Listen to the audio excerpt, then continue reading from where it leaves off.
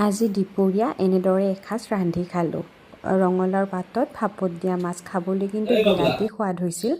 তাৰ কাৰণে ফ্ৰেছ ৰঙালাওৰ আগ আনিছিল, তাৰে পাতকেইখিলামান ছিঙি মই নিমখত 15 মিনিটমান সময় তিয়াই থৈ দিছিলোঁ।